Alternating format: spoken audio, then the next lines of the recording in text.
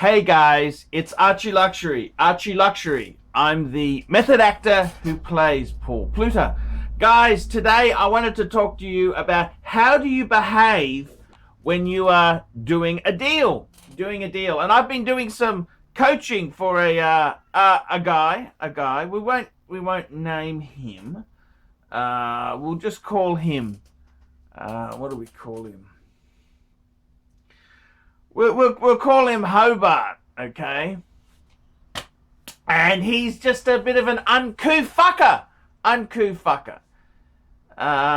The thing is, he does appear to be a real asshole, but I think he's a decent sort of guy underneath. I don't think he's been taught how to behave when negotiating. And I'll give you an idea of how this guy here, how he operates. So anyhow, he's got a number of watches, some decent watches, and he's got a couple of Rolex. He had a World Time. He's got an AP, 15400 AP. Got some great pieces, but he doesn't know how to behave when he's negotiating on a deal. He was very interested in a watch of mine, my PAM 24. My PAM 24. Speaking of which, I better go and get it. So where was I? So anyhow, we were doing a deal on my PAM submersible. The PAM 24. PAM. And he was interested in it. So this PAM itself here, a friend of mine bought it. He paid $6.50. He sold it to me. He gave me good terms. And I wanted to sell it because I wanted to buy another PAM, but that's another story. So anyhow, I said to him, look, make it 6.2. I'll take a bit of a loss. It's a PAM. PAM is soft. 6.2 Aussie dollars. Swap it for his Explorer 2, which he also has a rubber bee strap for. I said I'll give you a very, very fair price. I'll give you 8,000 bucks Aussie for it. So this is the deal. I give him the PAM plus 1850 Aussie. He gives me the Explorer 2. 42 mil. So yeah, that's the deal. Okay, we nutted about. We worked out the amount. Then he said, okay, deal done. Let's catch up tomorrow to do the deal. No problems, just meet for lunch. I love a free lunch. Anyhow, what happens then is where it goes unprofessional. We go commando. He texts me and says that he doesn't actually have the Explorer 2 at the moment. He's given it to a dealer on consignment, and the dealer won't give it back. He tells me that the dealer gave him a PAM. He gave him the left-handed, it's like a 112. I think it was a 557 left-handed PAM. Quite a nice model. And he wore it for 6 weeks. He went overseas and he wore this fucking thing for 6 weeks. And I said, it's fair enough for a dealer to lend it to you, but it's kind of wrong just to wear it for 6 weeks when you go overseas. I mean, you wear it for half an hour. Don't wear it for fucking 6 weeks. And he didn't seem to think that was a moral problem at all. And so then he sort of backs out of the deal. He goes, oh, well, I might still purchase it anyhow. So, okay, let's do lunch. And so we meet for lunch. And the guy's using me as a sounding board to see whether this left-handed PAM, if it's any good or not. And I'm thinking, hang on a minute, back the fucking truck up. Let's reverse this B-double semi-trailer. Hang on a minute, sunshine. Aren't we doing a deal on the PAM 24 I got? Aren't we doing a deal with your Explorer? Which didn't actually, it didn't actually surface. I said, okay, if there's no PAM, what about cash? He just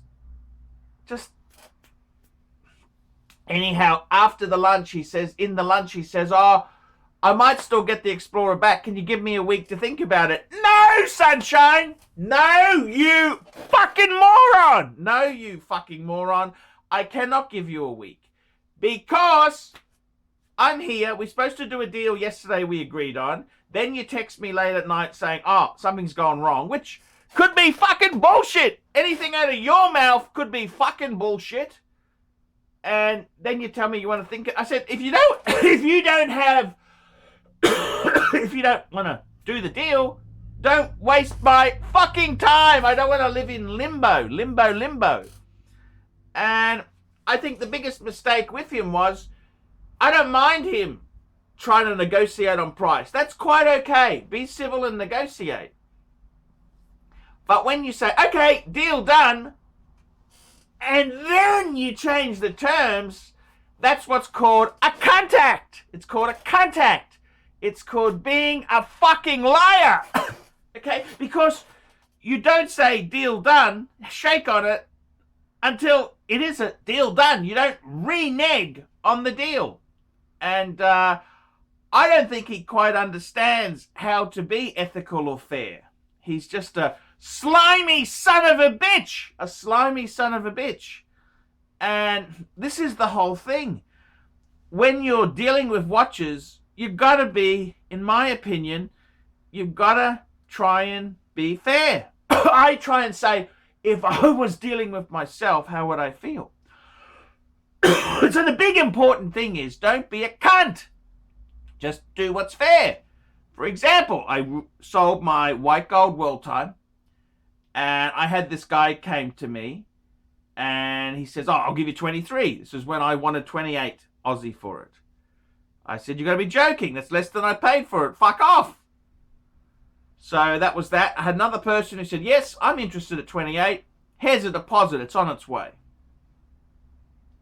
No haggling. Just paid the price. Then this other guy, he comes back and says, hey, what would you sell it for? What's the cheapest you'll sell it for? I said, don't worry about the cheapest. I got my asking price, 28, sunshine.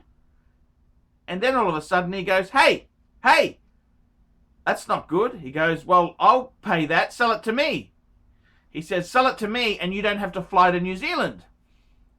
And I said, but you're a sniveling little asshole. You're a cunt. You're a cunt because when you were negotiating with me a few days ago, you were trying to lowball me. I told you to get fucked.